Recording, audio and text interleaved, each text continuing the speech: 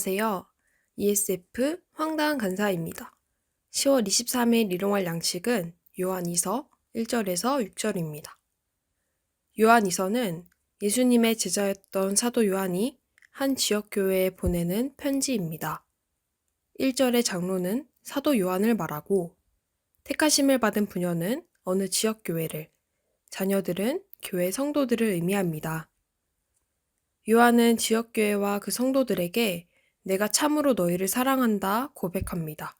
그리고 이 사랑의 근거는 진리에 있다 덧붙입니다. 영어 성경으로는 because of the truth라 되어 있는데요. 즉, 진리 때문에 너희를 사랑한다는 것이죠. 진리는 구약 성경에서 주로 하나님께서 보여주시는 뜻 또는 하나님의 의지, 하나님의 말씀을 의미했습니다. 신약에서는 예수 그리스도의 복음을 의미했습니다. 내가 곧 길이요 진리요 생명이다. 예수님께서도 직접 말씀하셨었죠. 그렇다면 우리는 진리에 대해 이렇게 정의해 볼 수 있습니다. 진리란 곧 예수 그리스도이다. 그렇다면 진리 때문에 너희를 사랑한다는 이 요한의 고백은 예수 그리스도 때문에 너희를 사랑한다는 고백입니다. 예수 그리스도, 그 진리는 우리가 해야 할 사랑의 기초입니다. 그리스도인의 사랑은 그리스도에서 시작됩니다. 그리스도인의 사랑은 예수 그리스도라는 진리의 뿌리를 내려야만 결실할 수 있습니다. 요한은 진리에 근거한 사랑을 하고 있었으며, 다시 말해 그리스도의 사랑을 하고 있었습니다. 우리는 무엇에 근거한 사랑을 하는지 생각해 봅시다. 저에게는 현대인의 사랑의 근거, 대표적으로 5가지가 떠올랐습니다. 첫 번째, 감성적 감정에 근거한 사랑. 우리는 이성적인 감정, 나의 이상형을 보고 느끼는 설렘의 감정이나 육체적 끌림에 근거하여 사랑합니다. 두 번째, 인성적 평가에 근거한 사랑. 인성은 영어로 personality라고도 하는데요. 그 사람의 고유한 특징에 근거한 사랑입니다. MBTI와 같은 사람의 성향, 성격, 스타일, 삶의 습관 등 그 사람에 대한 평가에 근거하여 사랑합니다. 세 번째, 연민에 근거한 사랑. 불우한 이웃들, 어려운 처지에 놓인 사람들을 불쌍히 여기며 긍휼히 여기는 마음에 근거한 사랑합니다. 상대적인 비교에 근거된 사랑이며 어려운 처지가 해결되면 없어지는 사랑입니다. 네 번째, 개인적 유익을 근거한 사랑. 상대를 사랑하는 이유가 나의 부족, 나의 유익을 위함에 있는 사랑입니다. 나의 스펙, 인맥, 외로움 등 개인적인 유익에 근거하여 사랑합니다. 다섯 번째, 개인적인 자유를 근거한 사랑. 개인의 자유라는 것을 근거 삼아 사랑의 대상과 수까지 자유롭게 정합니다. 하나님께서 창조하신 성의 개념을 뛰어넘어 동성, 동물, 소아성애 등등 사랑의 대상을 정합니다. 또 대상의 수도 한 명이 아닌 여러 명이 될 수 있는 새로운 사랑의 모습을 정합니다. 개인의 자유에 근거한 다양한 모습으로 사랑을 합니다. 이외에도 다양한 사랑한 모습들이 있는데요. 앞의 사례들에는 공통점이 있습니다. 사랑의 근거가 내 마음에 있다는 것입니다. 사람의 마음에 근거한 사랑은 완전하지 못합니다.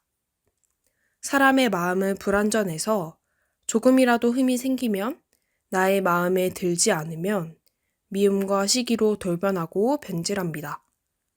나의 마음에 근거한 사랑은 타인의 유익보다 나의 유익을 더 우선하는 이기적인 사랑으로 변질될 가능성이 매우 높습니다.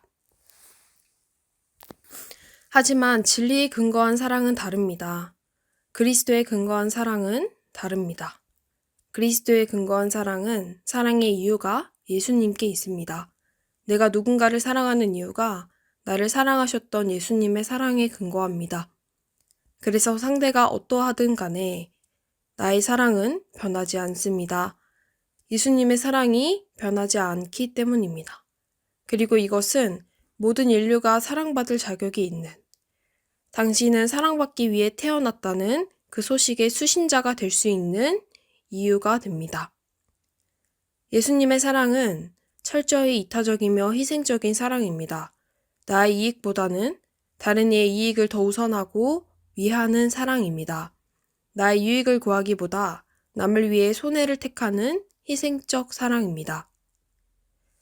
진리에 근거하지 않은 다양한 사랑의 형태를 우리는 보고 들으며 지금까지 살아왔습니다. 여러분은 어떤 사랑의 모습을 취하고 계신가요? 진리 외의 것에 근거한 사랑은 언젠가는 변질됩니다. 그 끝에는 내가 있는 이기적 사랑이 되어버립니다. 하지만 진리에 근거한 사랑은 변질되지 않습니다. 그 끝에는 예수 그리스도가 있어서 이타적이며 희생적인 사랑을 하게 합니다. 세상의 수많은 사랑의 형태를 앞에 두고 그리스도인인 우리는 잠시 멈춰서서 어떤 사랑의 모습을 취할지 고민해 보아야 합니다.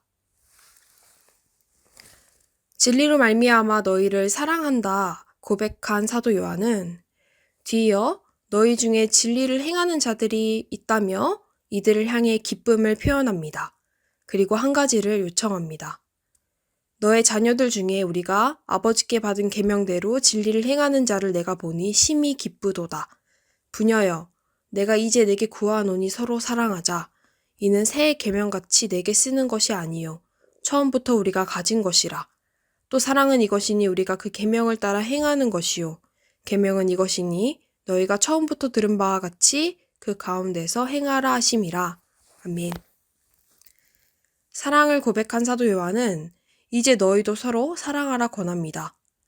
요한의 겉면 속에 우리는 성경이 말하는 사랑이 무엇인지 알 수 있습니다.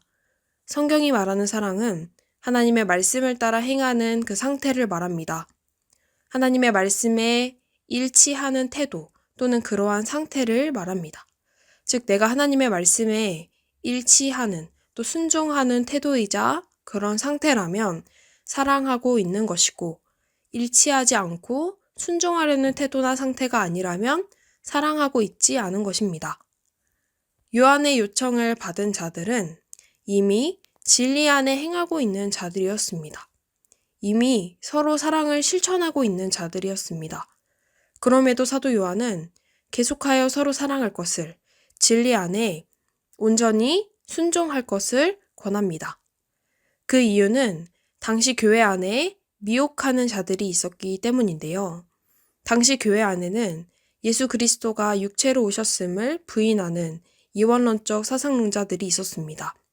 이들은 그리스도는 육체로 오신 것이 아니라 단지 사람처럼 보여진 것에 불과하다 주장합니다. 하지만 예수님의 성육신은 인류 구원에 꼭 필요한 사건입니다. 예수님의 성육신은 인간적인 사상으로 반박할 수 없는 하나님의 역사입니다. 하지만 성경을 모른다면 이원론적 사상을 듣고 혹할 수 있겠죠.